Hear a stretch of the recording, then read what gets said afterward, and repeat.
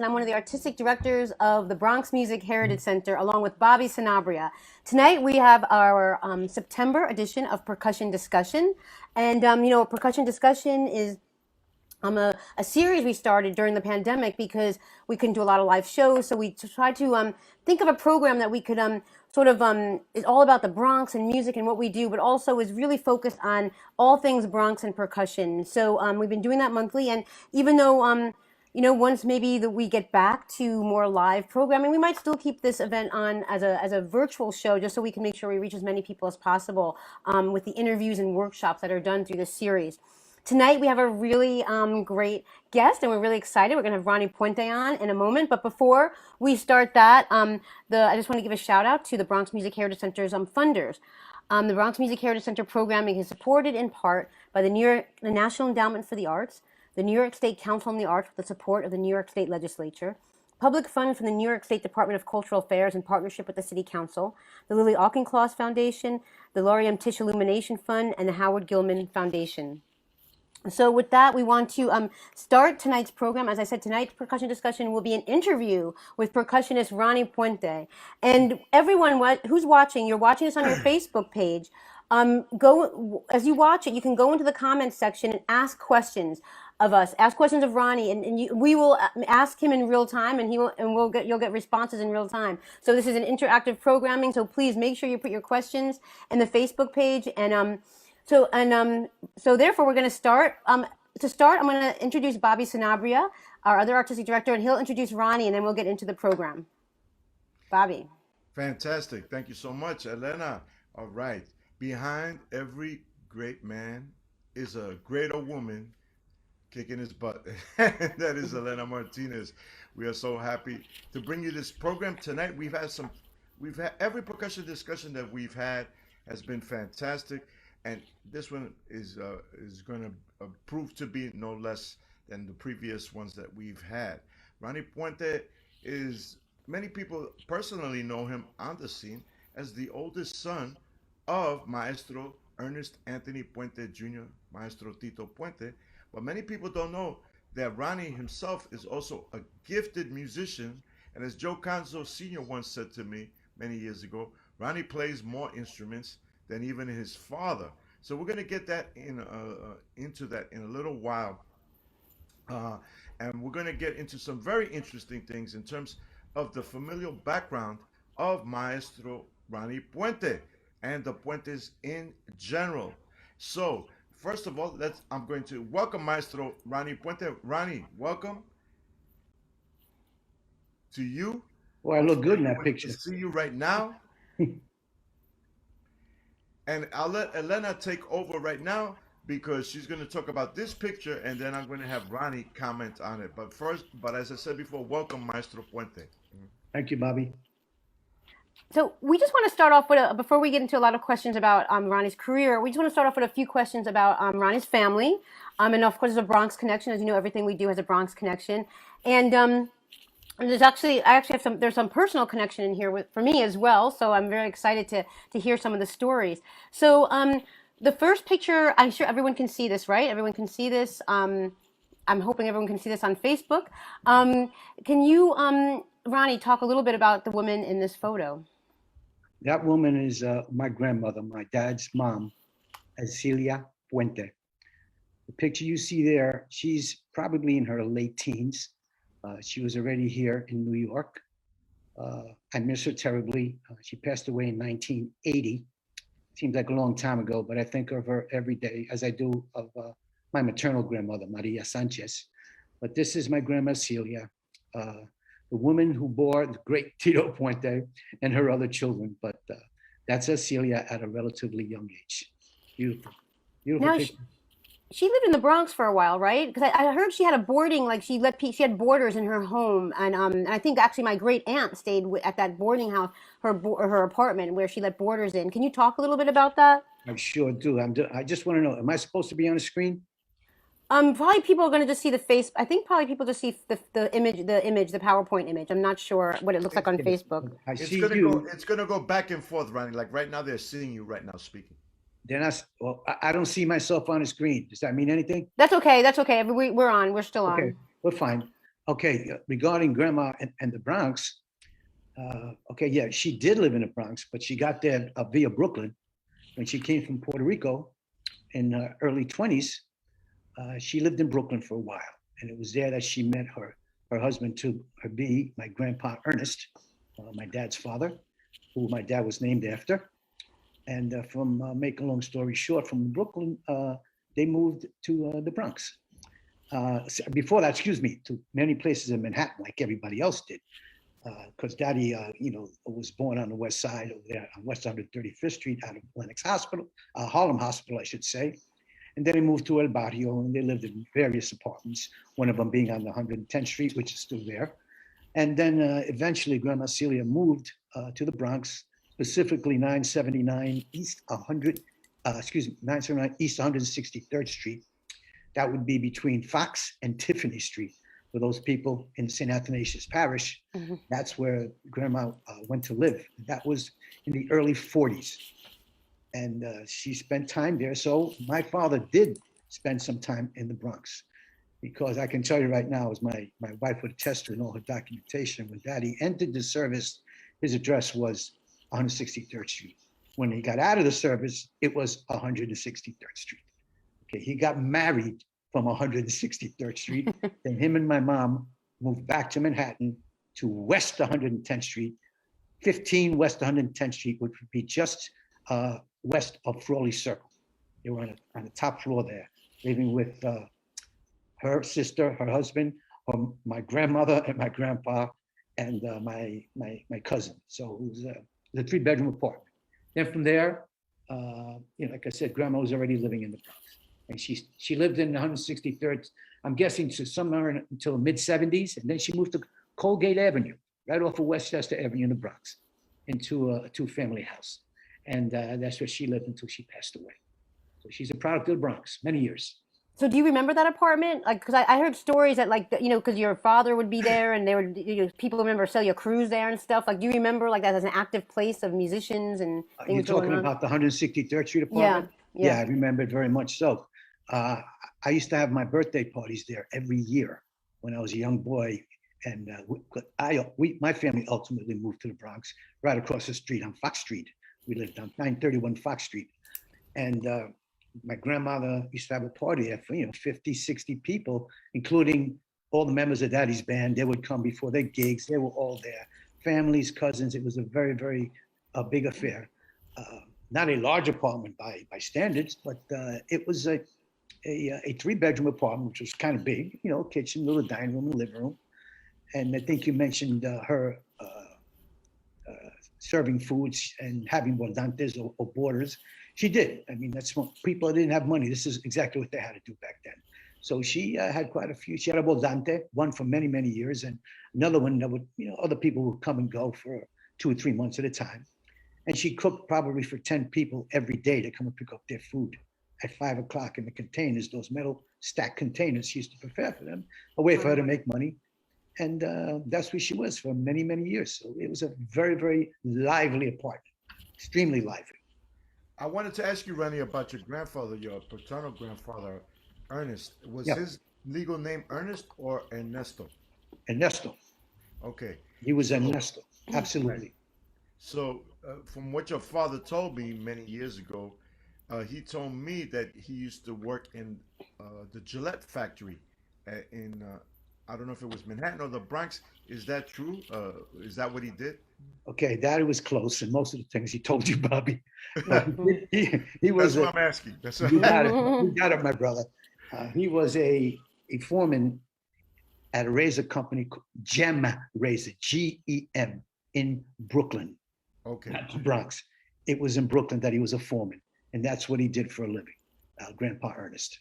So if y'all don't know, if you remember GEM blades used to, shave with them, the regular 2-sided razors, but that's what he did for a living in Brooklyn. Wow, fantastic. It's interesting you say the Brooklyn, and that's a common Puerto Rican experience. I know my grandparents did that as well. People came off, in that era, before people came over on planes, they came over on steamships, came to Brooklyn, to the Brooklyn docks, settled in Brooklyn, left Brooklyn, came to East Harlem. Yep. And then when it was hard to find housing in East Harlem, a lot of them moved up to the Bronx. So that's sort of like this like similar migration pattern for a lot of Puerto Ricans of that era. That a lot of them did. So, Absolutely correct. and I have another photo. Speaking of my grandparents, so I want to show this photo. This is actually my grandparents' wedding. Wow. So on our left-hand side, we're looking at on our left-hand side well, you have to see the bride. That's my grandmother Mercedes, and behind her is my grandfather Rafael. They're from San German, Okay. and they did that same thing. Came to Brooklyn, came to East Harlem, moved to Simpson Street in the Bronx in 1940s. But on the other side, the other couple that's Santos Puente standing. So that's Ernest Puente's, your grandfather's brother, Santos Puente. And the woman sitting is my grandfather's cousin, Carlota. They were married. Absolutely. And Absolutely. Which is interesting that, I'm great to have a connection to you, but I had always heard that Santos had a record store along like Longwood or something. Do you know anything like what he did, what he did for a living? Sure. Well, he and his brother, Santos and Salvador, had a store called Casa Puente, which was located on Hunts Point Avenue and Lafayette. It was on the nice side of Bruckner Boulevard, as they used to say. You know what I'm talking about, boys. Yeah, yes, And indeed. girls. Yes, So indeed. they were on the other side of the boulevard. And they had a shop there. And prior to that, they had a hardware store in the Bronx on Longwood Avenue for a short time. But the store that they had on Hunts Point was like a woman's dress shop and that type of stuff, soft goods store. They were there for many years, big prominent location. And they lived right down the block. They shared a home on Costa Street, which is right off of Lafayette, where my wife was born. Joni lived on Costa Street, 717 Costa Street, 2 houses down from Salvador. Amazing how stuff happens. So yeah, that's him. Salvador was the firstborn of the Puente brothers. There were 6 of them, by the way. Wow. he Do was you the remember first all their names at all? Sure. Well, actually, no, he was the second one. First of all, I called Super Santos was the father of all of them. This guy was a lover, a player, as you'll see. He had 6 sons. The last one, the 6th one, unfortunately passed away at birth, which is kind of common back in those days. But prior to that, he had 5 sons. And the first son was Marcos. And then the second son was Santos. He named the second son after him. Okay. The third son was my grandpa, Ernest. Then came Juan. Then came Salvador. And ultimately, there was that young boy that died. Another son, his name was Gregory. I think he lived about a week. Okay. Wow. Many people don't know that. Right. But yes, there were 6 sons. And then Super Santos married another woman and had 2 daughters, Rosario and, oh my God, I'm blanking out on her name right now, but he had 2 daughters there. And then he had another son by another woman. His name is Robert Puente, and he is still living in Florida. My wife, Joan, found him 2 years ago. Wow. We Wow. went down to visit him. We met him and his son and his son. So we connected with all of them. That's How old was he? How old was he? Robert right now, he's got to be, he's like in his mid 80s. And he knew about the whole Puente connection and everything. You know? Absolutely. Yeah, but he was like the left out one. You know, everybody was on one side. He was at the end. There was 6 sons, 2 girls, and then he popped up somewhere along the line. I bet you he was always telling people, his neighbors, "Hey, Tito Puente, I'm related to him." You know, they go, "Sure, sure you are." You know, like Exactly right. And it got to a point that he didn't even say it anymore. He said, "Okay, you know what's the point?" But it's you're not far from the truth, Bobby. Absolutely. But we met him after all these years. We reconnected, and we stay in touch. Pretty interesting. Right, That's the saga. And all those brothers came from San German, not Ponce, San German. Yeah, Right. can you talk a little bit about that? Because my family's from San German too, so that must be where they all sort of knew each other, and from a lot of them, knew each other from San German, Lajas, right next door Yes. to San German. Can you talk a little bit about your family in Lajas and San German?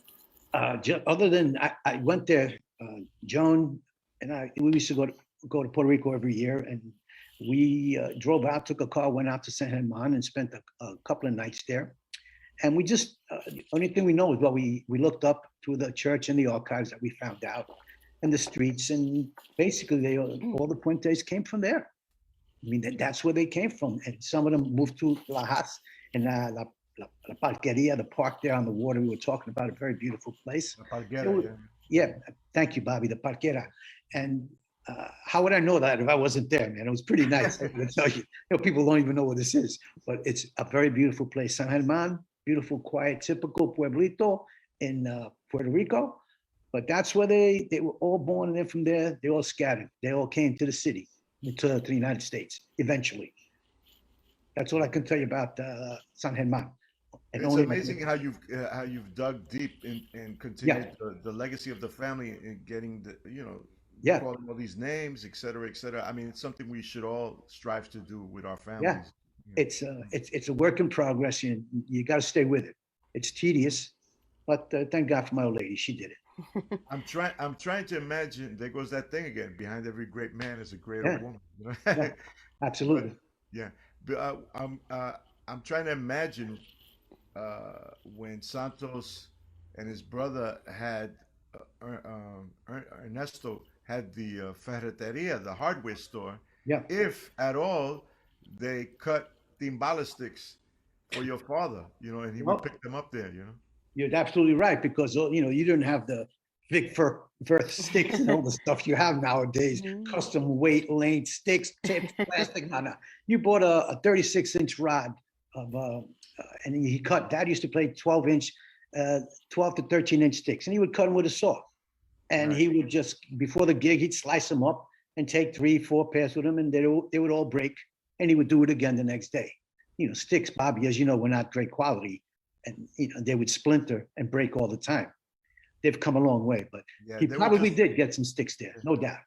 They were just wooden dowels that totally. I remember when I used to go to the local hardware store to get wooden dowels. The guy would go to me, "What are you making? A doll house or something?" Yeah. And I go, "No, I'm making timbale sticks." What? Right. You mean like Tito? You mean timbales like Tito Puente plays? Yes. Go, yeah. Absolutely. Why don't you use drumsticks? He goes, "That because we don't use that." No. For the timbales, we have different. to have dowels because they to mute the bell and all that stuff. Absolutely, and they were 36 inches long, and if you're lucky, you can get each piece, you get 3 sticks. You buy 2 pieces of wood, you got 3 pairs of sticks. As you know, it wouldn't last that long, Bobby, if you use them. Right. They splintered like crazy. Oof. Right. Very. They weren't made for the beating that they take nowadays. Mm-hmm. I'm just going to show one more old photo, and then we're going to let Bobby ask, Ronnie some questions about, his career and things like that. But just one more photo, which is another family photo. This is your aunt Annie. And this was Tommy, who's my grandfather's cousin. But they were sort of like a doomed couple. She died young, and he died in World War II. Yep. Do you know, I don't know if you can talk a little bit about her, or maybe her influence with your father, or how you knew her, or something? Well, Annie died obviously before I was born. Annie was 18 years old when she died. She died in 1944, I believe, July of 44.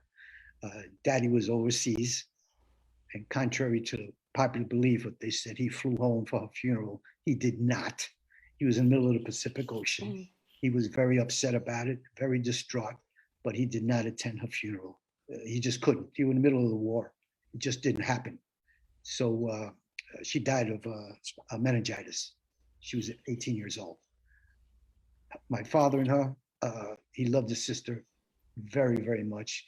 All the stories I heard from Grandma Celia. They danced together when they were younger. They took dancing lessons. They did some competitions together. They had a good time. It was a nice relationship Daddy had with his sister, especially the fact since they lost their brother Albert, as you know, the boy he was the child between Dad and Annie. Albert fell off a fire escape and died. So pretty rough thing on my grandmother. I mean, it wasn't exactly an easy life for her. So. But Annie and Dad, suffice it to say, they had a great relationship, and he missed her terribly, terribly. He didn't talk much about her, but he loved her. Many people have seen the picture of Annie and your father when they were young kids. Yep. they modeled themselves after Fred Astaire and Ginger Yep. Rogers, and they, as you said, did competitions and Yep. won all these competitions when they were younger, et cetera, et cetera. One of the little known facts about your father is that he was a fantastic dancer. According to what he told me, he studied ballroom dancing, Yeah, acrobatic tap, etc. absolutely. It's And it's his it's true, Bobby. yeah, Daddy, first, he was a dancer, a very good one. As he called himself a hoofer. I mean, he can tap. I don't know if you ever seen him tap, but mhm, I know my daughter Janine was taking tap. Just a little story when she was younger, taking tap lessons, and Dad was over the house, and he wanted to see. Dad would say, "Let me see what you got." How pop come right in your face. What do you got, man? You know, as Grandpa talked to him. You go, what do you got? Let's see what you got. So he says, well, I got. He tells me, play T for two. I said, okay. I said, so what key? He said, don't be a wise guy. Just play T for two. So I played T for two. And Janine did her little pattern, 64 bar pattern. Dad knew exactly what the ending was, the ball and chain and the kick, and did it with Janine. Janine was blown away. He was Janine studying for 2 years. Her grandfather comes up and knocks it out in 5 seconds. So right, he, right. he could tap dance. He was good. He was Yeah, very yeah, good. Blew yeah. me No, away. of course, uh, we're talking about Maestro Puente, Tito Puente, Ronnie's father. His generation, basically all of the musicians of that time could sing, dance, and play an instrument. Yes. Uh, been fortunate with some of these older gentlemen, like with Dizzy Gillespie and many others. They all could dance. Yep. They all could sing, if called upon on stage, to Yeah. do it, as well as your father too. According to what he told me, he was part of a barbershop quartet when he was younger. Yeah. He used to Uh, like to harmonize. uh, He did. And we talked a little bit about voice harmony as a voice opposed to instrumentation and stuff like that. But yeah, he used to harmonize, sing on a corner. It wasn't doo-wop like me and you used to do, Bobby. We were we, right, we were from the doo-wop side. Dad did some other right, stuff over there. But yeah, he did. He did a little bit stint on a barbershop quartet. Absolutely. fantastic. Now, Good. when you were younger, Yeah. did you realize the importance of your father at an early age, or was it a gradual thing that you started realizing how important he was in terms of the industry? It was a growing thing. It wasn't something I knew right away. I mean, keep in mind, I have a slight background. I didn't grow up with my dad in the house. Him and mom married in 1944, December 17th. He came home on leave. He got married. Then he went back to the service. The war was over. He came back home. They were married. I popped out in 47. So dad was gone by the time I was a year and a half. Well, So tell us a little bit about your mom. A lot of sure. people don't know about her. Sure. That was my dad's childhood sweetheart. My mom, Milta Sanchez, that was her maiden name. They were childhood sweethearts. My mom also a super, super excellent dancer on two at the time. And she was very, very, very good. And dad, he was a blossoming musician. That's all he ever wanted to do, Bobby. That was pop. Nothing else. What you see is what you get. He was a master at it, but that's what he did for a living. His whole life, he was surrounded by it. So him and mom, they married and they moved to 110th Street, top floor, 15 West, right by Frawley Circle, right there. The Park Plaza used to be around the corner. And that's where I was born, in Manhattan. I was born in Harlem, 110th Street. I attended Commander Shea, which is a division of St. Cecilia, for kindergarten. Then from there, we moved to the Bronx. Well, getting back to my mom, she brought me up. I lived with my mom, my aunt, her sister, her mother, Grandma Mary, Grandpa Pete, my aunt's Uncle Danny, and both my cousins, two girls. They were like my sisters. Right. So that was it. And Daddy was he was gone. I saw him infrequently, to be honest with you. But to me, when I saw him, I got very excited. He was my father. Right. Who doesn't want to see your dad? And he would see you. He used to take me to Howard Johnson's on Brooklyn Boulevard. Way back in there where the Hutches. It was supposed to be Howard Johnson's, and all that stuff, and buy me stuff, nice Christmas presents. But that was it. And it wasn't. I realized what he was when I started seeing these albums and LPs. He show up, even the small ones, the 10-inch ones, before the bigger LPs came out. And what really moved me was the Puente Goes Jazz album, which to me, I still to this day, you got to be a collector. That's an album you must have. If you really want to see the other side of Dad, totally the other side of Dad. It's an amazing album. I believe it was like the second album he did for RCA. RCA, Cuban absolutely. Carnival was the first. Absolutely. And he got signed to RCA in the mid-50s, and then Night Beat, that album. Night Beat. Puente Goes Jazz. Puente Goes Jazz first, then Night Beat. Yeah. Amazing. Just I would say, your dad at that time was at the height of his powers, firing on all cylinders as a player, as a composer, and as an arranger, and as a band leader. Yep, as well. You're right. But that's when I saw it, because I used to practice to that trap drums, to that album, every tune. I didn't have a set of drums. I used a como galleta tropical, a tin can. I used to buy crackers, man. Okay, and the handles used to fall up like a basket, and I would tie them together. That would be my hi-hat. You get a sound of a cymbal of a hi-hat. And I had an Indian tom-tom on a chair, and I'd sit in front of the vitrola after school every day and practice. And I would hound us, like, I need to take drum lessons, blah, blah, blah, blah. The drummer on that album, Ted Sommer, if you look at it, Teddy Sommer. Right, Ted Summers. He was supposed to give me lessons, and I was waiting for the lessons. And, Dad, he gets some, forget about it. Finally, my mom, through him, broke his chops. I got my Slingerland, red sparkle, double up tom-toms that you saw. By the way, those drums you saw Mucho Puente, see him with the red sparkle drums. Right. Those are my drums. Those are my drums. He said, let me have them. I need them for the picture. Wow. Well, I never saw them again. Did I say never saw them again? Gone. Wow. Gone. Those are Slingerlands. So, but I knew Daddy was big, but I didn't listen. I loved him. He was my dad, but he wasn't around. He was not around.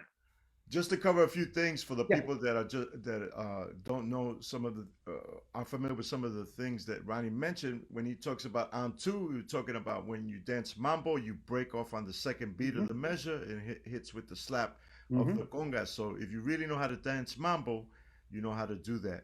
And I wanted to ask you a little bit more about your mom. Sure. Do you know, in terms of her Puerto Rican roots, where she was from? Was she born on the island and migrated here? Or no, she was born in Puerto Rico. She had a sister and two brothers. What part of Puerto Rico do you know? It was called Puerta de Tierra, just outside of Puerto Rico, outside of San Juan, I should say. A very poor area, like the island was back here. You're talking about the early 20s. Okay, she was born in 1923, same year as Dad. And she came here in 25 to the States. But they were very poor, very, very poor. I mean, really, very simple, very poor people. And they came here to Brooklyn. And from Brooklyn, they found their way into Manhattan. And they moved like most people. You get a better deal. You pick up your household, you move across the street for, month's rent free. You move. You just pick up your stuff and move to another apartment all throughout East Harlem, the barrio. It was very common. It happened to my dad too. He moved quite a bit. So my mom, humble beginnings. Her dad, my grandpa Pete, he's another player, man. Grandpa Pete, he used to make cigars and he used to run numbers. And he always had a suit on every day. You'd think he was a Spanish mafioso, man. This dude had his hat on. Well, for all intents and purposes, he was. Yeah. And he was bald. And I remember when I lived on Trust Street, he used to say to me, Ronito, I'm un recortito. And I used to tell him to cut his hair. Like he had no hair.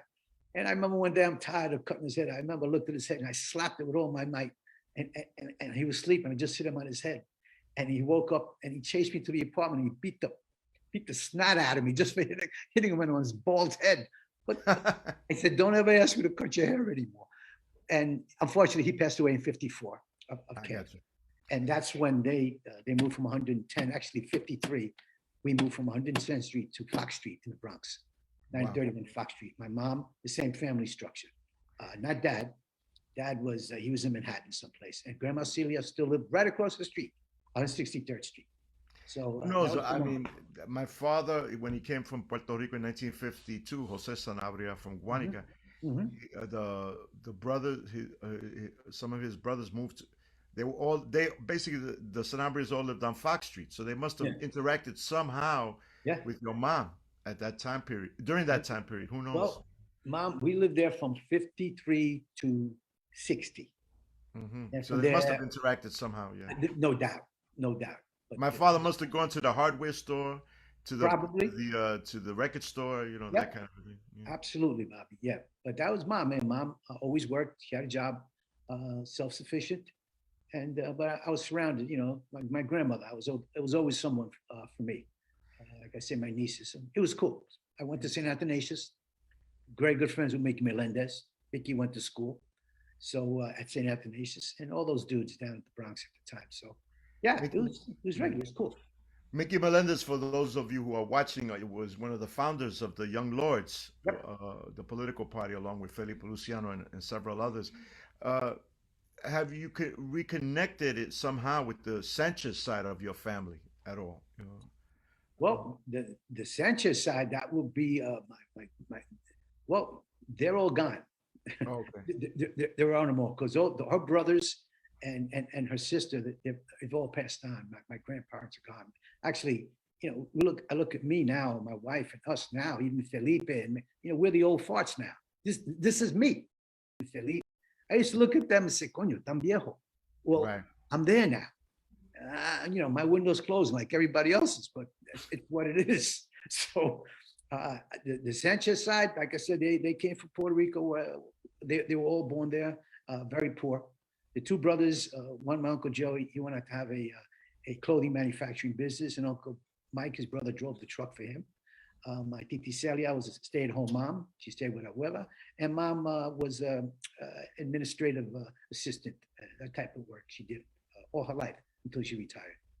She did. Wow, fantastic. Now you're young, growing up in the Bronx, Yeah. and your father, when he was in his formative years, studied piano for 8 years Mm-hmm. with Rafael Hernandez's sister, Mm-hmm. Victoria Hernandez. Mm-hmm. And did you have a similar background? Did you start taking piano lessons? You you mentioned Ted Summers. For those of you watching, Ted Summers, for the drummers out there, Ted Summers was the Steve Gadd of the Yeah. 1950s. He did all the recordings, especially for big bands. He did a lot of Broadway shows, a lot of studio work, as I just mentioned, and he is on Candido's first album Yeah. as a leader. He's playing on there, just a swinging drummer. Went to the Manhattan School of Music. I got to meet him just before he passed on. Yeah. Justin DeChocho, the head of the jazz department at the time, introduced me to him. So, did you have a similar background like your father did? You started taking piano lessons early on because I know you play piano and play Yes. it well. You know? That was my main instrument. I started taking lessons. I was maybe 6 years old, and by this professor used to come to our house. He used to live on West 70th Street and the Hudson River, up there on the west side. He's a very proper guy. He used to wear a Hamburg hat and have a three-piece suit, and used to walk with an umbrella and a cane. And very, this guy's name, Professor Maceras. Hmm. And I took my lessons from him. An excellent teacher. Of course, I'm a young kid. How much solfeggio can you do, and how much hand and books can you do, and you got tired. But then I got into more popular music, and he taught me a lot of nice stuff, and he gave me a nice spectrum, and I learned a lot from this guy on piano. It was mostly classical when I started, but I broadened myself to more than that because I always felt, and I admire classical players. I mean, they play. I mean, they play. But I gotta say, classical. We might be able to do stuff that classical players do, Bobby, but most classical players can't do what we do. Right, right. And when I went to school at Gillard, it was a proven fact. They just can't. They have no idea what a montuno is. It's funny. These guys are fantastic, brilliant students, but you do something like that, and it's different. But yes, I did study there, and then I guess at age 13, I met girls. I didn't want to practice anymore. Done. I stopped piano. So this Senor Maceras, was Yeah. he Puerto Rican, Cuban, from Spain, Spain? From Spain, Spain. Yeah. from Spain. Very, I never forget it, man. Very, very, very, very cool guy. Very proper.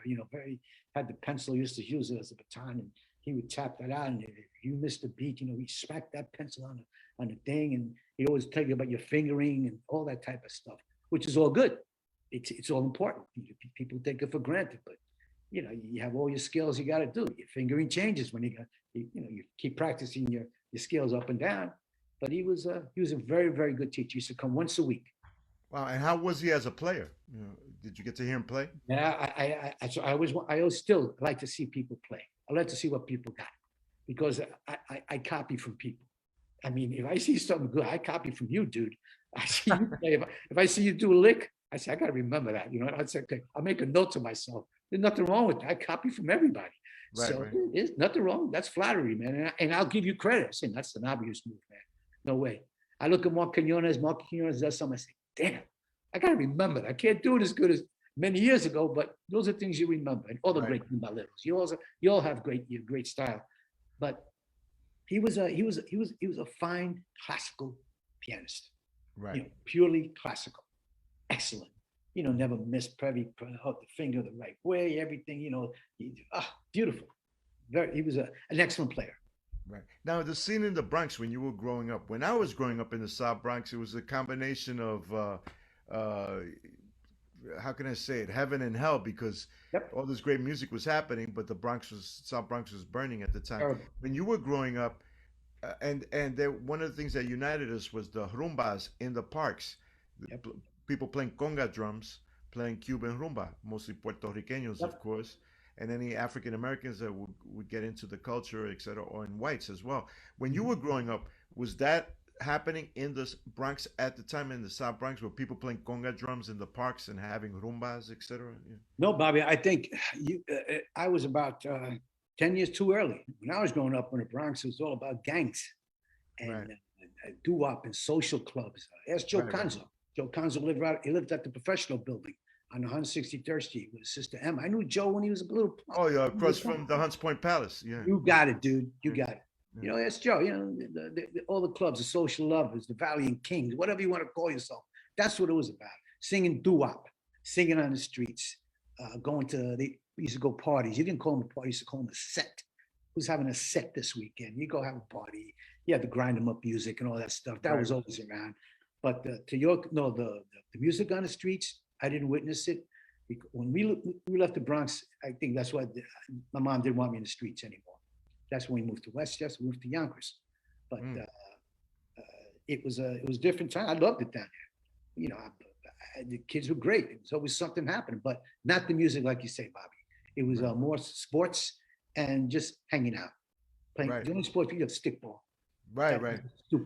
Basically, I try to explain stickball to people that are not New Yorkers, and that virtually doesn't exist for young people today in the Bronx. So, but I'm lucky that I experienced that growing up. Man, it was still an incredible game.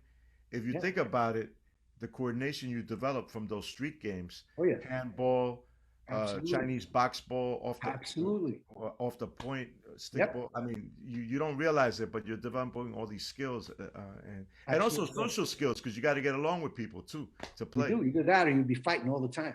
That's just the way it was. So, it was a good time. It was good. Now I'm curious. Did your father ever take you when you were young to any of his recording sessions at all? Specifically recording sessions, I was at the Dance Mania, which was in late 57 December. It was a couple of sessions I was there for. Released in 58, yeah. Man, Dance Mania, oh my God. Yeah, for those of you who are watching, ladies and gentlemen, don't know any of Maestro Puente's history or the history of Afro-Cuban dance music, the way we play it here in New York City, what we call salsa.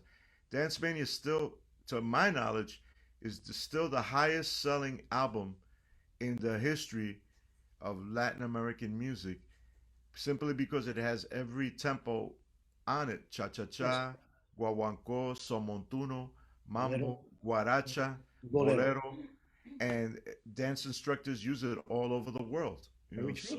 And you were there for that. Oh my God! I was there. I can remember a couple of things. I remember on Palau, the sax player, he took that solo on Ray Santos's tune, instrumental Oh, 3D Mambo. Thank you, Papa. That sax solo was done by Palau, as I used to call him. He did it. And I remember Ray was there for a couple of other tunes. Barreto, he sat Right. in. I don't remember which ones, but Ray was in there, Right. and so He was had one. just joined the band. He had just That's joined correct. Short term, they were in there. He had a couple of guys coming in. It wasn't a set band for every tune. I think the liner notes will tell you if you look it up. You have different guys, and of course the Italian connection was there. That was Jimmy Fasora and all those Italian boys, Frank Lipento and Jerry Sanfilippo and all these cats. They're all Italian. Jerry Sanfino. Jerry Sanfino. I'm sorry, Jerry Sanfino. And then Gene Quill, all those guys. Yeah. absolutely. So they were all in that band with Daddy. So I did see it, and I think I was about 10 years old. It was pretty exciting and Amazing. different. You all recorded in one room. You weren't in any cubicles. I eat, boom, in the middle. That's it. Mike's hanging just in the center, and that's how I remember. That's it. And they did it. They did it in a couple of sessions. Then it was released, I think, in early '58, Bobby. I'm not sure. Yeah, yeah. It was recorded in late '57, but it was released in either January or February of 1958 on the RCA album. Like you Any said. memorable moments in the session? Like your father was a supreme musician, a polymath, as we say. I mean, he could hear what wrong notes happening in the horn section. And of course, he's playing timbales. Yep. He's playing vibes. Then he's directing the band. He wrote basically all of the charts, Yep. except for a few. I mean, would you any memories? Like I worked with I've had the privilege, the honor of working with your father, and he was a harsh taskmaster in rehearsals. So you remember anything about that those sessions? Him like directing the session? I do. None of them good. Well, that's what we want to hear, you know. So. I could tell you, he was a hard ass. I mean, I think a little bit too hard on me. Again, I was about 13 years old, and he was playing at the El Patio Beach Club out in Long Beach. He used to play there during the summers as a regular gig with his band. And they would have comedians come in, like Jackie Leonard at the time, or all these different type of people come in. Right. Saturday night shows, and I was studying saxophone, and I was playing alto. And just like your father played, yeah. Exactly. I was using a borrowed saxophone from high school. I didn't have a nice guy. It was a good sax. It was a Selmer, so I shouldn't complain if I remember. It was a good horn, and had a Brill Hart mouthpiece. Very good. Number 4 reed. I got my chops. My embouchure was getting better and better, and I was playing 4th sax.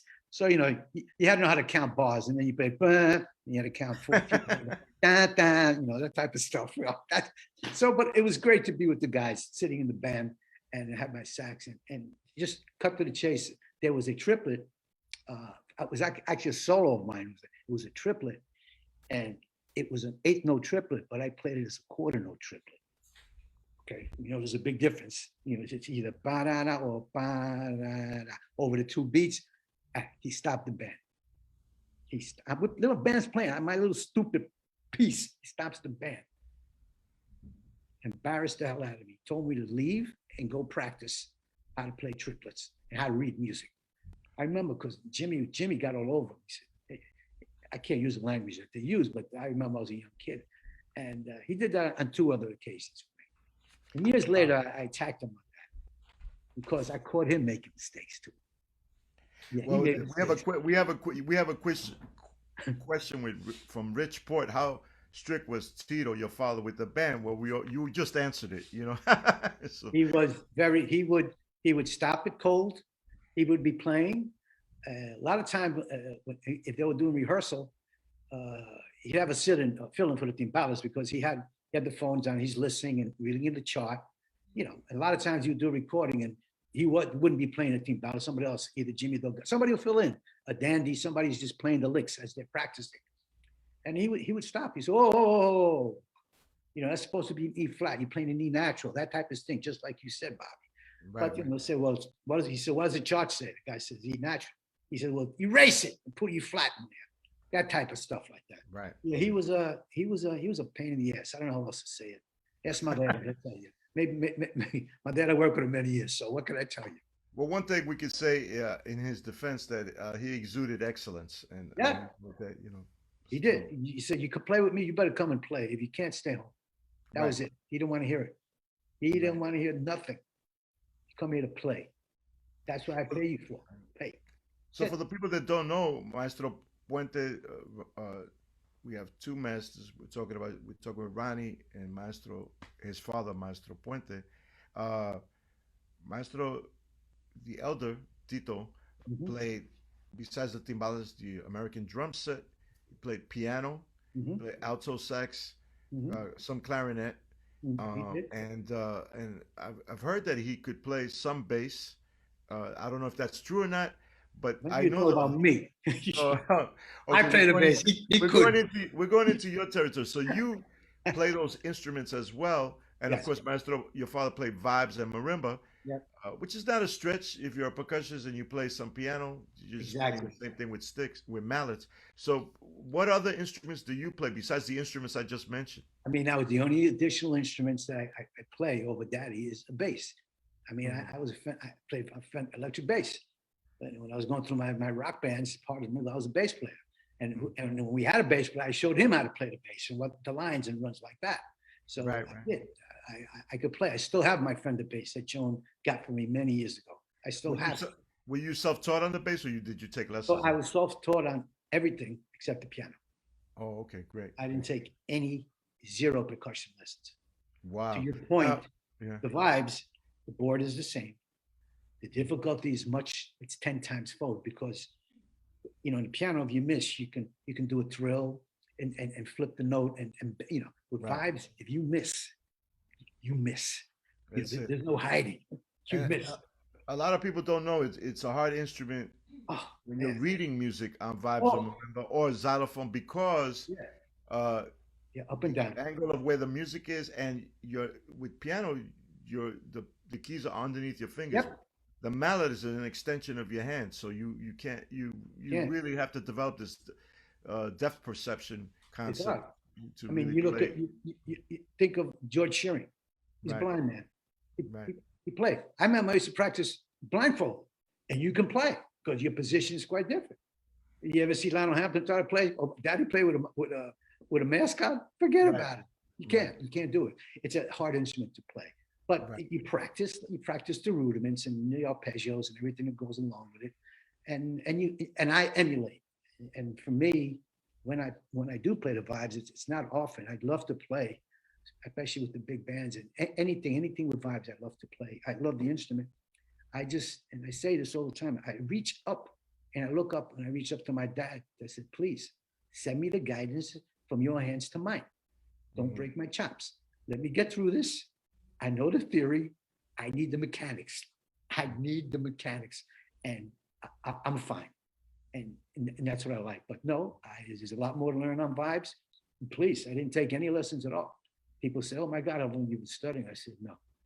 Then you get some people hear me play and say, yeah, it shows that you haven't studied. That type of stuff. You get the wise guys like that. Say, yeah, it sounds like it. Right. So, yeah. And I want to go back to something you mentioned about the clarinet. A couple of years ago, you asked me, was my dad a clarinet player? I told you, absolutely not. Yeah. And I want to stand corrected, Bobby. He did. He did. He didn't play it professionally, but he learned the fingering on the clarinet, which is more difficult than it is on the saxophone. Right. And on the ship, he learned clarinet first. He didn't play it, but he played clarinet in learning the embouchure first of all, and the straight line fingering, which is have more bars and bending to do the octave. It's a crazy board, the clarinet, absolutely insane. And from there, he went to his alto sax and found the transition much easier. The fingering, Right. much easier. And Now, Daddy only played alto. I played tenor also for a Wow. couple of years. Mhm. I know a B flat versus an E flat instrument is fine. That's one thing. And the fingering is basically the same, but I never saw Dad with a tenor in his hand. Right. Ever.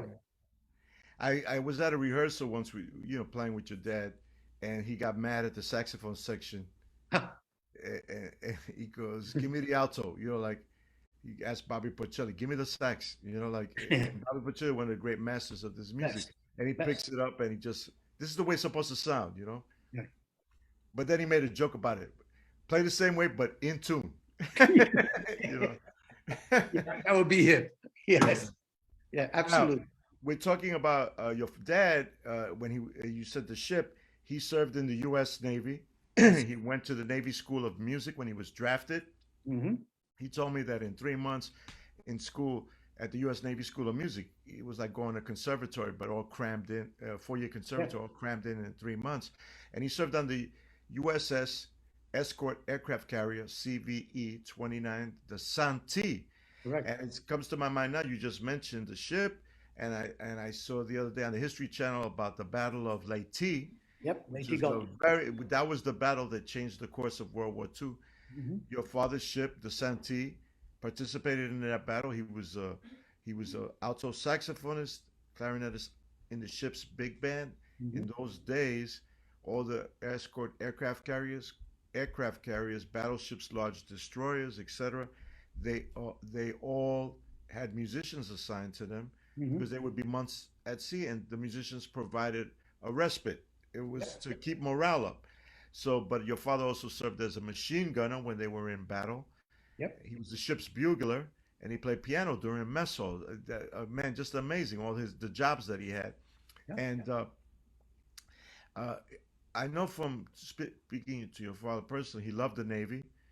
You strike up if you get him on a good day and strike up Yep. a conversation about it. He talked to you about it. But that ship was hit by a Japanese kamikaze Yep. uh, uh, in that battle. And I'm just imagining when I saw the History Channel documentary last week about that battle, Yeah. going, man, imagine if Tito Puente would have been killed in that kamikaze attack. The No. course of Latin music history would have been completely changed. Was I agree. the Navy, in terms of his relationship with the Navy, did the Navy honor him later on because of his career, et cetera, et cetera? Were you ever did you ever witness any like special accolades given to him by the Navy during his Not, lifetime? not that I know of, Bobby. I mean, anyone would know would be Margie that she would have. I can tell you, upon his demise, when Daddy passed away, they gave him, or he was entitled to, as a veteran of the war, a special plaque to put by his cemetery plot. You put it on the ground, and it honors him as a veteran of the war. Uh, he he didn't get anything special that I know of. Quite frankly, Bobby, the fact that he didn't talk very much about that. If he spoke to you, you caught him on a good day Right, about the war. He really didn't speak much about it, none to me. And I would ask him, and then he would say, "Forget about it." That was his answer. When he don't want to say anything, he just take his hand and go, "Forget about it." And but from what I hear, you other historians about Pop, yeah, he did. It was not a good time in his life, service. He wanted to get home. First of all, he wanted right, to go out to plane. He was playing before he left, right? He went to the war, got married, came home. He wanted to be with his wife, and he wanted to play. He wanted to start a career. That's what he right, did. Oh, by the right, way, as you know, he played bugle. He was a right, bugler. Okay. right. He played I, bugle on the ship. Yeah. yeah, he did. I can play bugle too. For those folks, I No mean, kidding. you know, I don't really have the chop. My lip was awful for the trumpet. But it's, it's four notes in its own position. It's a 1-3-5-1. It's ba, ba, ba, ba, ba, ba, ba, the same four notes you play on a bugle. Now, do you play the standard bugle? Or there's one with a valve on it. I know No of. vowel standard. So you got to bend the lips. You got to get the sound. That's why sometimes I would play it. You have moose come over my house. It was terrible, man. You miss your lip, misses the vibration. The notes sound terrible. So Right, right, no valve. Strictly a right. pure bugler, straight up. Do it with the lip, moving the lip. Well, we have the great Arturo Gomez, who is the program director at Cuvo, great jazz station. Is it true Tito played bugle for revelry on the ship? Well, if you play bugle on the ship, you play for everything. You play when somebody's There was only one. when Yeah, when somebody dies, he plays taps. He plays all stations. You're being bombed. There's all types of different things he would play. battle And stations. yeah, exact. Thank you, Bobby. And yeah, so if you're a bugler, and if you're the only bugler, yeah, those are your songs. The repertoire is limited, but you got to Right. know Yeah, general quarters. I would suggest anybody you could look up the bugle calls them.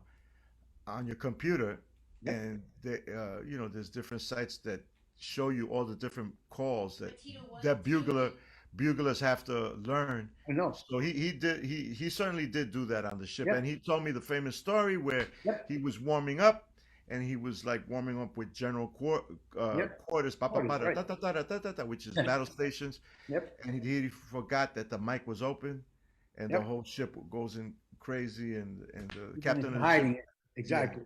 It's true story. falls for him. Yeah, yeah, yeah. Yeah. That's something that's got to be recreated in the movie that I've heard rumblings about. That's going to be made about your dad. It's what I hear. And when I see it, I'll let you know. Mhm. It's in the Okay, works. I wanted to talk more about you now. Concentrate more on you and your life. You you're doing all these things musically, etc., etc. But and you're playing. You mentioned that you played with some rock bands, Yeah, when I was uh, a kid, yeah. I doing played for gigs. grammar Yeah. school, high school, and college. My Wow. last gig was just before I got married. My wife says, and I didn't want to be a musician. Mm. I didn't want the life. I love music. Uh, Always have, still do. I always felt like so many other kids at the time that I should have been the fifth Beatle, but we all did. But anybody could play. I could. Ringo can do it. I could play that. So anyway, I do. I missed it, but no, I wanted to go the other way, and then I was in the corporate world for my entire life, and went back to school when I retired, which is something I But always you wanted went to do. back. Did you go back to Juilliard, your Went to father's alma Juilliard. mater? That's correct. Something I wanted to do when I graduated high school. And at the time, one of the, if not one of the only advice my dad gave me was back then, I was applying to music schools, and one of them was Juilliard, Hart School of Music, Boston Conservatory, and up in the Eastman School in Rochester. All very, very, very excellent schools, as you know. And I was going to my auditions, and he said to me, "What are you doing?" I go, "I want to study music." He goes, "Listen, you know already what you need to do." He said, "What are you going to do? Play long-haired music?" He said, "What's the matter with you? You can play. You can make a living. Go study something else. Learn that. And if that don't work, then come back to the music." So I did. I studied business in college. He said, what are you going there for? He said, let it go. You learned enough. That was the only time he actually said, intimated that I could play. Mm. The only time. The only time. So that's okay. That was pop. It's the way it What was. college? What college did you go to, if I may I ask? went to Pace. At the Okay, time, it was great called school. Pace College. Yeah. Now it's Pace University. But when I went, it was Pace College. I got my BBA in Business Administration, a marketing major, which I recommend to no one. You got to specialize. No, you don't want to. That's too broad. Marketing, forget about it. If you're going for your MBA, yeah. But for your undergrad, no. Either accounting or finance, be a little bit more specific. You got a better chance. But I was a marketing major in Pace. Right. It was good. 4 good years. It was fun. Can't complain. Like I said, my band, we were playing my gigs and stuff. At the time, I was playing trap, the last gigs. And What was the name of the band at the the time? last band was called the Group Dynamic. Mm-hmm. It was 3 guys and a girl singer. Wow. Yeah, no, it was cool. Remember, my daughter Julianne couldn't understand. How can you play with 3 musicians? I said, "Do you like cream?" She goes, Mm-hmm. "Yeah." Eric Clapton. I says, "Ginger Baker." I said, 3 musicians. Right. 3. I says, It's "My a good band." thing she didn't say, "You mean cream in my coffee?" Or Yeah, like, baby, no, I didn't go there. I said, she heard the band, and the other said, I said, "You ever hear Jimi Hendrix?" She goes, right, "Yeah." I said, trio. 3 pieces, bass, guitar, and drum. I said, "Of course, you got to know what you're doing." I said, "But with the bands that I was in, we sang 4-part harmony. That's Wow. that's what I wanted. Everything was Everybody could sing. Yeah. everybody sing whatever it is. If whatever your role, I used to do all the arrangement. These are your notes, and if it was, I would say, "Okay, you're doing E F D E F G. This is you. Study it, learn it, come back for rehearsal. That's what you got to do." When you put it all together, it's like playing a chord. It sounds beautiful. Right. Harmony covers for your band. If you sing, and the girl is our lead singer, she used to sing beautifully. We do the background singers, and everyone's. You take a lead song, you would sing it. Everyone had a chance to sing lead. Not many. The girl was the show. She was great. Her name is Jerry, and she was fantastic. And her brother was the guitar player, and the bass player was one of the biggest judges in Westchester County. Of course, he's retired now. He was my bass player, Rob Serrato, and We had a great time. We all went to high school together. Oh, by the way, sorry, we didn't go to Hayes. We went to Mount St. Michael. Like you and What high Bobby, school did you go to? Mount St. Michael. Oh, The well, Mount. for those of you who don't know, Mount St. Michael and Cardinal Hayes, the high school that I went to, that also Jose Madera and Yeah. George Carlin and Regis Regis Philbin. Philbin, We yeah. have this, we have this deep rivalry with Mount St. Michael, which is, I believe, where Puff Daddy went to. Sean graduated class of 72, Right, right. 74. So, Puff Daddy. yeah, yeah. So we have this deep rivalry, you know. It's Yeah. like the Yankees and Mets. It's Exactly. friendly. It's friendly. Yeah, Mount St. Michael. That's what we went. Anyway, that was it. And I played my last gig, and that was it. Never went back. Went back to study, and now I've so been fortunate to play with on albums of a few of the guys that let me sit in or play a tune or do a little concert here and there. A couple of years ago, we did that thing for my dad at Hostos, that Right. that retrospective for 3 days. Mhm. Bobby, I never imagined anyone could listen to my father's music for 3 days. You know, I couldn't, but these people came for 3 Right. days, 3 concerts. They did the seminars and discussion things. It was beautiful. And I got a chance to play with Carlos Enriquez on Friday. And then Saturday night, I sat in with the Legends on Vibes. The Mambo Legends, yeah. Yeah, it was great, man. It was a lot of fun. And just recently, I just did a little recording for, it's going to be coming out soon. My man, Jimmy Delgado. He's got a little CD coming out. Oh, fantastic. Well, I think Jimmy is actually tuning in right now. So, Jimmy, Is he if you there? have any questions for Master Ronnie, feel free to type them in. As Elena said before, anyone viewing right now, if you have any questions, type them in, Yeah. and Maestro Puente will be able to answer them in real time. Now, you Absolutely. mentioned Jimmy Frizara before. Yes. A person that really doesn't get enough credit in terms of your not only the helping your father's career along, in terms of basically running the Tito Puente Orchestra so that your father could arrange, compose, band lead, but doing what we call the admin work, paying the musicians, Right. getting subs, Contract. etc. Great trumpet player of Italian descent. I believe he was from the Bronx as well. I believe That's so. right. He was. And as far as I know, he spoke several languages because I He heard did. him speak a little French once, Italian. He did. And Jimmy, um, well, he had that Italian connection. He So did. your father played at many Italian venues for Absolutely. for honorable people and dishonorable people as well. You know? But that's the music industry is full of those people, and it's many times who gives us work. Tell us a little bit about Jimmy. Did you ever were you Yeah, able to get close to him at all? Or was it- very much so. Jimmy, or as I used to call him, Uncle Jimmy, was a sweetheart of a guy. I mean, sometimes I wonder how he tolerated my father for all those years, but my father really appreciated him, and he really found out when Jimmy got sick and died. I mean, Dad was like a fish out of water. I don't care what you hear. Jimmy was a huge component to my father's organization. He was, by general terms, he was called a contractor. He would find the guys. He would deal with the promoters, deal with the pay, get the contracts, fire people at my father's whim. My father would say, fire him. And that's it. Jimmy would do it. He would do, when they travel with the band, do the bookies, do the airline tickets. You know what it is to travel with the band, Bobby. I'm preaching to the choir, talking to you guys, you know. So that type of a job is big. And he was very, very important and instrumental to Daddy's success business-wise. And he was a fine musician himself. When he played flugelhorn, a valve trombone, a lot easier for him there, rather than do the slide. He used to play a valve trombone, played the flugelhorn, and he played his B-flat trumpet. So Jimmy was great. I'd For love many to. years, he was the lead trumpet player for the band until That's he right. got older. He got I older. recently played on my radio show of him playing beautiful lead and solo on a tune called Brasilandia, which Gil Lopez wrote Wow, Gil, rest for in the peace. Puente and Bossa Nova album from 1962. So Beautiful. yeah, he is definitely missed. He doesn't get enough of Yeah. the accolades that he should. But man, what an incredible human being! Look. I just have to interject, Jimmy. When Michael Yasso left the Puente Orchestra to Yep. play with Orchestra Broadway Timbales, Mike was the drummer.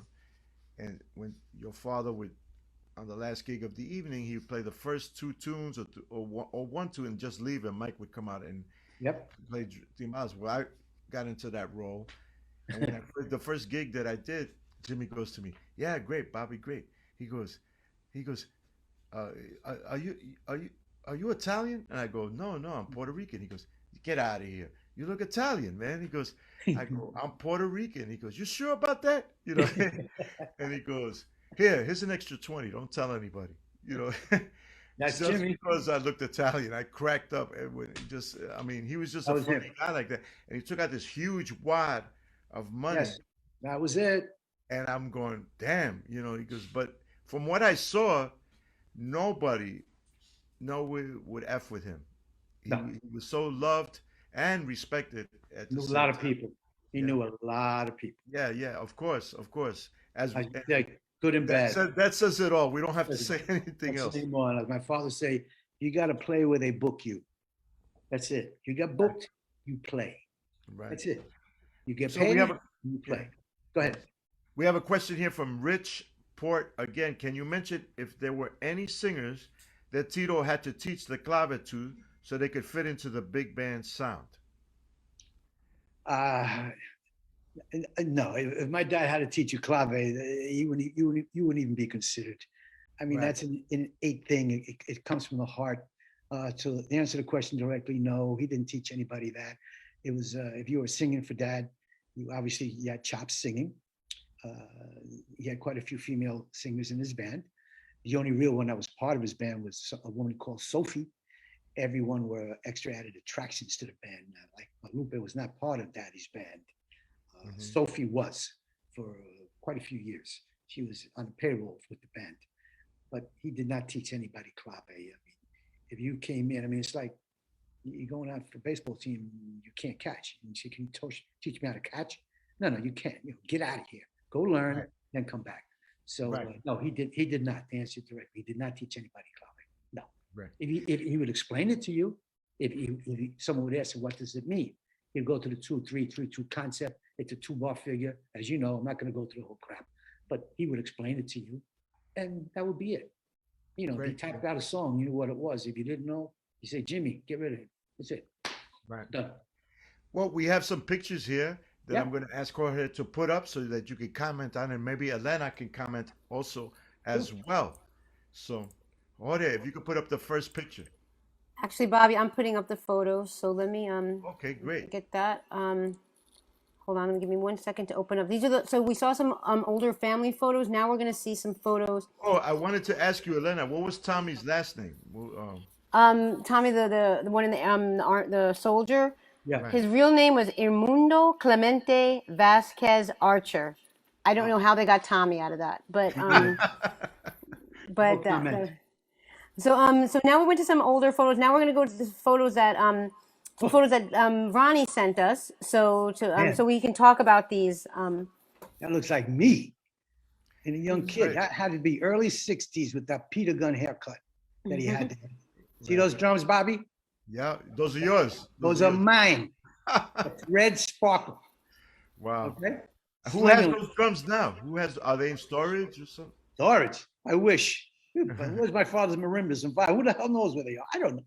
I see Pucci Belong and playing trumpet in the back there. See Pucci? He's in Right. the back there Pedro playing. Pucci Bolon, great lead That's trumpet it. player. Oh my God, can he play? Yeah. Absolutely. May he rest in peace and power. Absolutely. But yeah, that's dad at a very young age playing my Slingerland drums. That's a 20-inch rod cymbal, Zildjian. And look how cheap the hardware was, Bobby. Look at that stand. Look Right. how skinny It that looks, is. it looks flimsy by today's standards. Yeah. Absolutely. I mean, that LP Martin would throw that. He would use that as a toothpick. Forget Right. about it. Do you know what club that was at? That I have picture was taken? I have no idea. I'm just saying that bow tie and that look had to be the early 60s, 61, 62. Mhm. Absolutely. Oh, Next geez. slide. Look at this. Father and son. Yeah. Yeah, man, I had dark hair. I got it. You don't see. First of all, I'm not in any of this pictures. I keep seeing Bobby over. They don't see me. My hair, see my father's hair there? That's what I have now. This was at, I'm trying to think whose party it was. Yeah, when I was with dad, we had a good time. had my business suit on over there. Noticed Daddy very stylish with his whatever, wearing his stuff. But wow, that's I was pretty young there. Coño. Damn. Hey, Another great picture of you and your dad. I tell you when this picture was. This was my sister Audrey's 30th birthday party. This was 2 months before he passed away. Your sister Audrey, who is a newscaster, weathercaster, etc. Meteorologist, to be technically correct. Yes, correct. Yeah, I don't want to hear it from her. She's a meteorologist. This is another tribute I did. I think Joey Jr. took this picture, Joe Conzo's son. Yep. Those vibes, one of my favorites. That's a Muscle M75 model vibes. They rent them, of course. So when they ask me what I want, I say, yeah, whatever. But they say, no, tell me what you want. M75s, you look at them. That's Daddy had a pair like that. They're beautiful. And I just, I don't remember what tune I played, but it was a great gig. And I love playing vibes. And they put that Daddy's picture right in the back. Look at that, man. Do you know where the location was, like, of the concert? I'm trying to think that's Bobby. I'm sorry, man. I'm gonna guess it's probably Lehman. I'm gonna guess Lehman. I played a few Lehman and Hostos. Oh, geez, this is a promotional picture when I do Vicky Sola's show, her radio show. I do it twice a year. I do it Memorial Day weekend, and I do it the Saturday before Thanksgiving. She gives me the show, and I play Dad's music from my eyes, what I like. And actually, I'm wearing the same shirt right now. Look at me now. Your interview shirt. It's your interview shirt. Interview shirt. There it is. That was it. What people are looking at right now, that's a box set, The Many Moods of Tito Puente. I was lucky enough to buy that. I don't know where I bought it when I was younger, but I wore the grooves out on that. I still have it here. But it's a great compilation of a lot, basically art stuff from RCA, from the RCA catalog. Yeah. Happy you, Bobby. You know your stuff. Oh man. And that's my brother. Yeah, Tito Jr. He's probably tuning in right now. Well, if he didn't write in, it means he's not tuning in. So I don't know where he is. Maybe he's gigging someplace. I hope he is. He's a working musician, as I say. He's doing a good job. God bless him. This picture was when he just released his new CD. Have you heard it yet, Bobby? Not yet, no. It's called 20 Años. And what he did, he went to try to take anybody who was living now that did recordings with Dad, he had in there, like Alberto and Miñique, and then he had me. First time that the two brothers ever played, he had me do Hong Kong Mambo. Oh, fantastic. He asked me if I would do it. We're in some basement here. This is a drug dungeon in a basement in Rockland County that one of my brother's friends to get the vibes. And it was cold, it was about 10 below zero, but we went to see the amps, PV amps, and he had Marshall amps around the other side. Anyway, we just, I sat down, did a couple of takes, and they took all my stuff, went back to the studio, put it in, and you got to listen to it. Let me know what you think, man. Definitely. Now you did it, Hong Kong Mambo was originally recorded on the marimba, so you did it on vibes. Right. Well, you could to rent the marimba costs like $2,000 just to carry the damn thing anyway, as you know. But I just did it on, soft mellow vibes. You did the best you can. But it came out pretty good, man. Sounds good. I emulated my father, added some other stuff into it, incorporated some of his other vibe tunes, which just came to me as I was playing. It just came to me. And I did it, and he was very happy. It's on there. It's tune number 6 on 10 tunes. Nice album. Great. He did a great job. My brother did. I'll send him a private message through Facebook, so he can send me the recording. So I can play it on my show. No, great. Do it. He did a really, really nice job. I'm very proud of him. He did great. Oh, here we're playing at the Westgate. Wow, the Westgate Lounge, up in Rockland County. They see people around. They're playing baritone there on the right. Oh my God! You see? Oh my God! There's a. It's Willie playing piano over there, and I was in the audience. My brother's out. He'd come on up and play. My brother's funny sometimes. He'd leave and just let me do the whole set. Right. He said, "You know the song. What the hell you need me for?" So that sounds like something your dad would do. He did that too. Sometimes he didn't even show up, as you know. So yeah, he would do. That was my brother and me performing. Fun. We have fun. We do. Okay, this was the last one we talked about, the retrospective, the band up there. That's It was- Jose Madera on the Yeah. timbales leading the band. Absolutely, and his brother on bass over there. You see Pete playing Barry. You see your boy on the tenor. I'm drawing a blank there in the Oh, middle. Peter Brennan. Pete Peter Brandon. Brennan. There's Bobby Porcelli with the hat over there playing alto, and Georgie Delgado on congas over there. Of course, the dandy was over to the right, as you can see, but we were playing. I'm not sure. It looks like maybe it was up. We might have been playing a tune called Chang, a vibe tune that Daddy did. That Madera said, "Go learn Chang." You know, that was it. Go learn it. There's the late great Kevin Bryant on. Kevin Bryant, there he is, man, right there. And that's Anibal over on the right. Anibal Martinez. Yep. Next to him, he was my student at the new school Wow. many years ago. Yeah. Yeah, man, I'm just looking up there. Absolutely. He's The guys, it developed was into a great. fine player. Fine player. Yeah, that was I was so happy with it. Same tune. I moved to Timbales. We played the last song with Abaniquito. Wow, and there you go. It looks like you have a set there of original Humberto Morales Could be. timbales CDs. They looks like it, or a reproduction of The them. repos. My dad told me, yeah, they look great, man. He said, but they ain't. So, yeah, he put the stand down. He said, go, just go play. And we had a good time. That was the final number. It was fun. You see Jerry Madera on the bass. Yep, there he is. Jose's brother. Yeah. Yep, and Pete Miranda on baritone sax. There he is, man. Uncle Pete.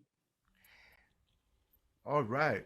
Oh my goodness. We got two bright sides here. Goodness, man. There's a lot of things you can say about this picture. Exactly. We're outdoing each other. This is at Martin Cohen's, one of his birthday parties. He would have up there, and that's Gitain Christian. Yep, Rivera. Lucian right Rivera, there. he used to play Yeah. in my big band. Yeah, Yeah, man, that's right. He was playing conga. He sat in on congas, and Nicky was up there, and he said, "Come on up, bro. See what you got." So Nicky Marrero, yeah. yeah, great, From the man. Funny All Stars. Yeah. Yep, we had a really good time. That's a great expression on your face. Is that it just the picture that just happened? It just happened. That's Martin taking pictures, man. It just happened. I mean, is that amazing how a stroke, right? It's up. Right. And Right. you know, it looks like we're going to come down on something. It was amazing. We got the left hand down on the. I don't know how that happened. Have no idea. I just found it. I said, "Hey, this is a pretty cool picture." Yeah, maybe Nikki should see it.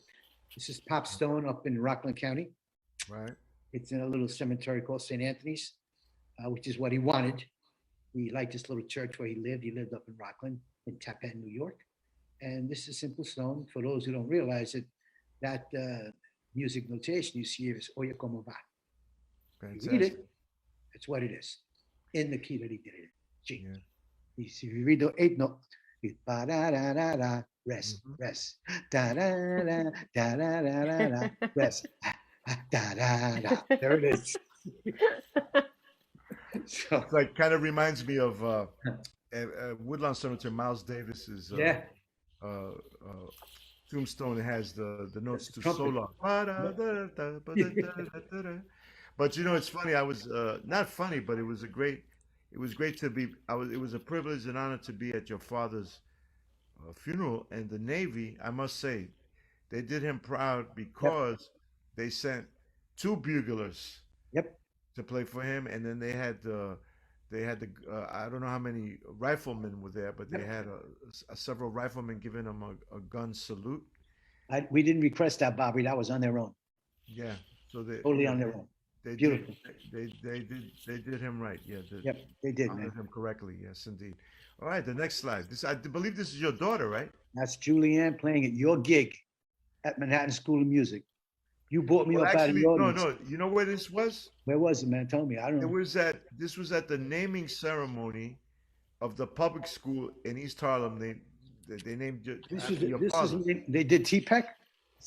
I call it TPEC, Tito Puente Educational Complex. It's easy to say TPEC. And we played my students from the Manhattan School of Music Afro-Cuban Jazz Orchestra. We played, and of course, yeah. Now You brought me up there. You called me. in a flash. Hey, cool all right, man. You brought me up there, and I brought my daughter up there. I said, "Get up here, my baby. She can play." We had a good time. She can play. That's the one who's in New Mexico right now. Okay, and what does she do?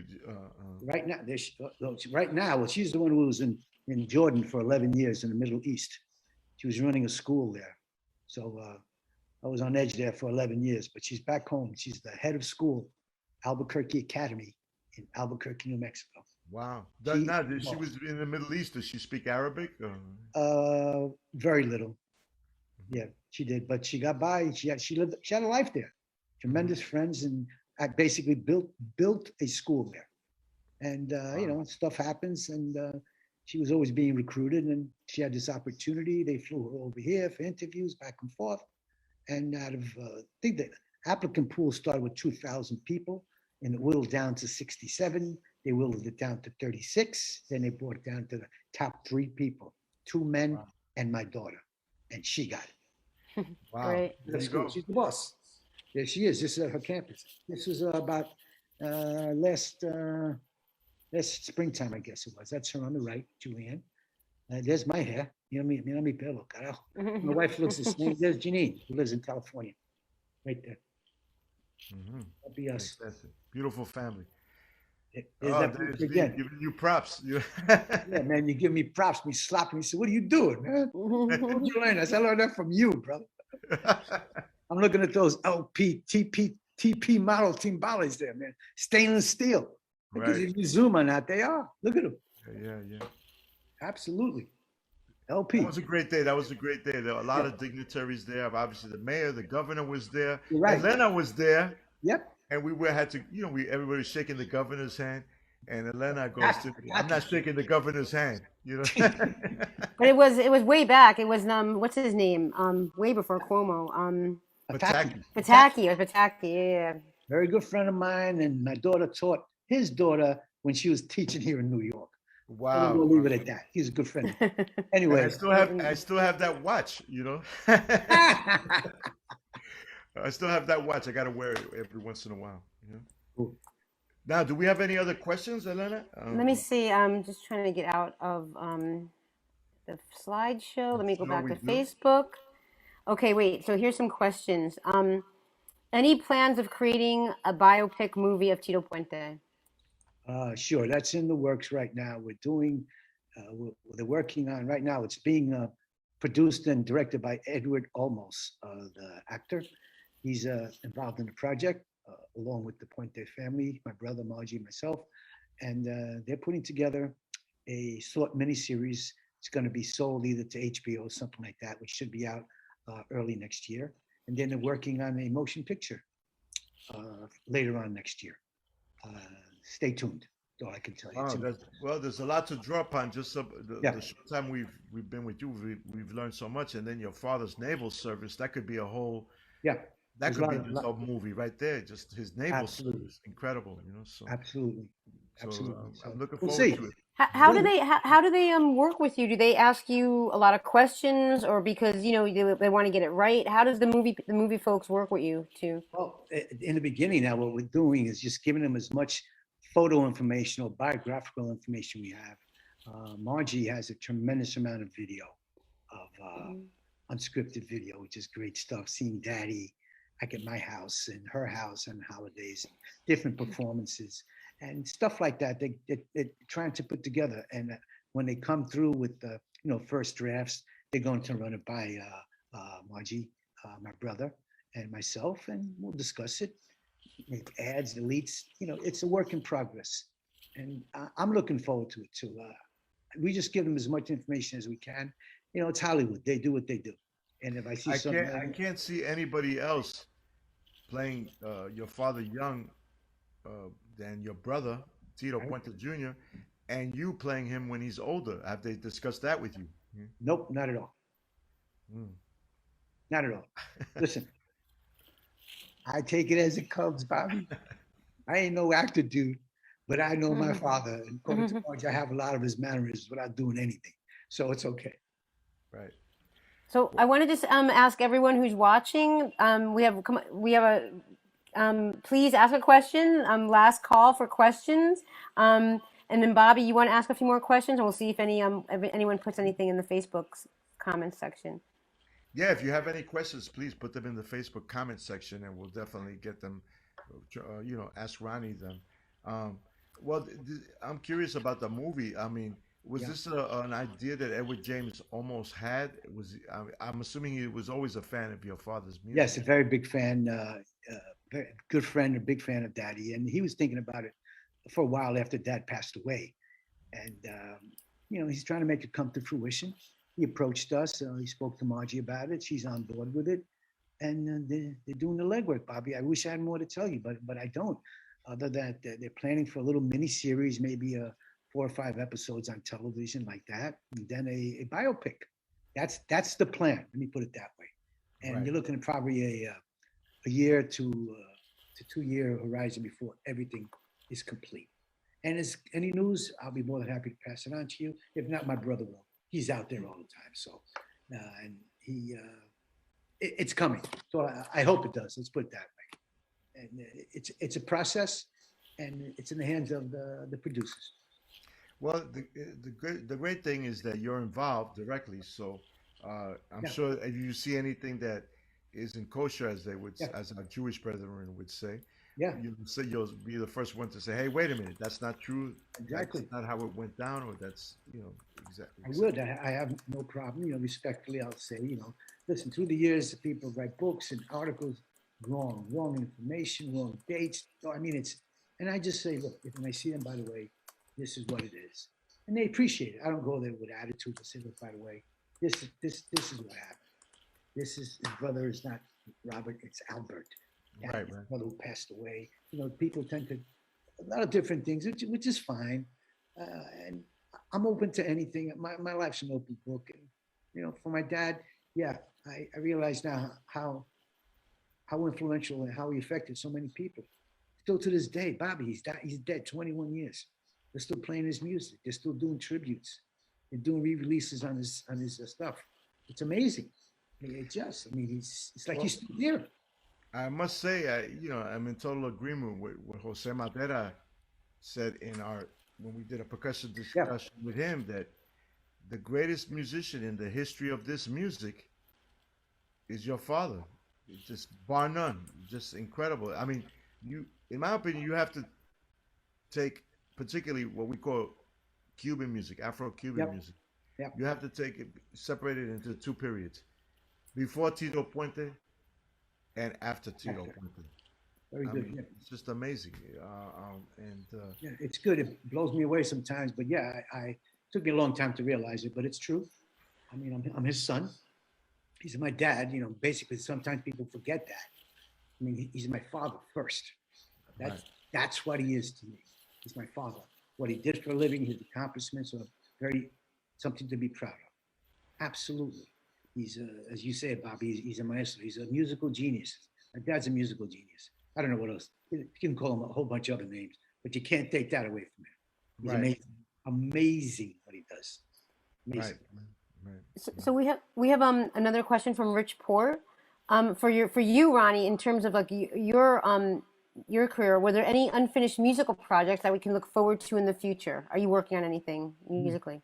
No, no, I'm not. I'm available to play bar mitzvahs, weddings, or do any studio gigs on vibes. Very reasonably priced, below scale, cash only. No, I have no projects. My project is to be proud and grateful if anyone asks me to join and play in whatever venue or project that they want to do, especially if it's a tribute to my father. I'm more than happy to do it. I just did it for my brother, Jimmy Delgado, if you're listening. I did it for Jimmy. I did it for Steve Pucci, may he rest in peace. He had one of his albums, stuff like that. You just call me, I'm there. That's it. End of story. I make no I just do it because I love it and I love the people I'm working with. So I don't have any anything in the works. Let me put it that way. We have a Let's say, question from Emerdine. We have a question from Emerdine. He said, "What about a Broadway show?" And I don't know if he's referring to, are they making a Broadway show out of from Tito's life? I tell you what, if the movie's a hit, why not? Let's see how the movie goes. Let's see what happens. That should be interesting. So listen, you never know. As my wife says, you never know. So it might be. Thank you for asking. And I tell you what, it have some musical lineup on that show. The tunes would be unbelievable, huh, Bobby? What a CD would come out of that show. man, Oof, just it's oof. the amount of depth Material. of your father's work. Yeah. Particularly that period with RCA is just Yep. amazing.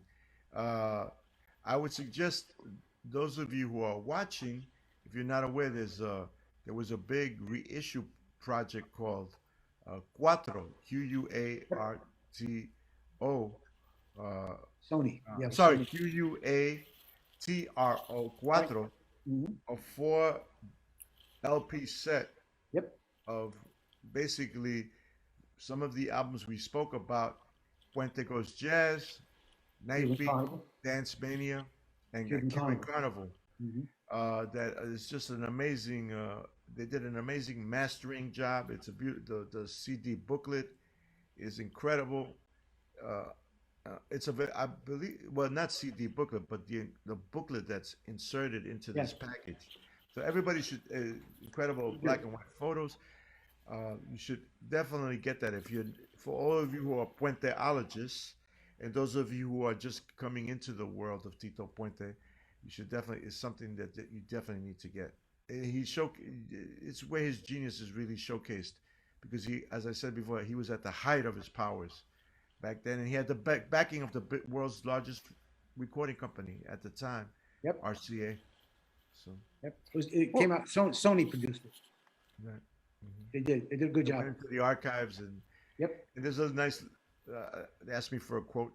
I was privileged and Yep. honored to be put a quote in there. And basically, the gist of the quote was to meet Maestro Tito Puente. Well, they got to. Stanley was. If Stanley was, I said Stanley was alive from Marvel Comics. They got to make Tito Puente part of the Marvel universe. His powers were so. His superpowers were so incredible.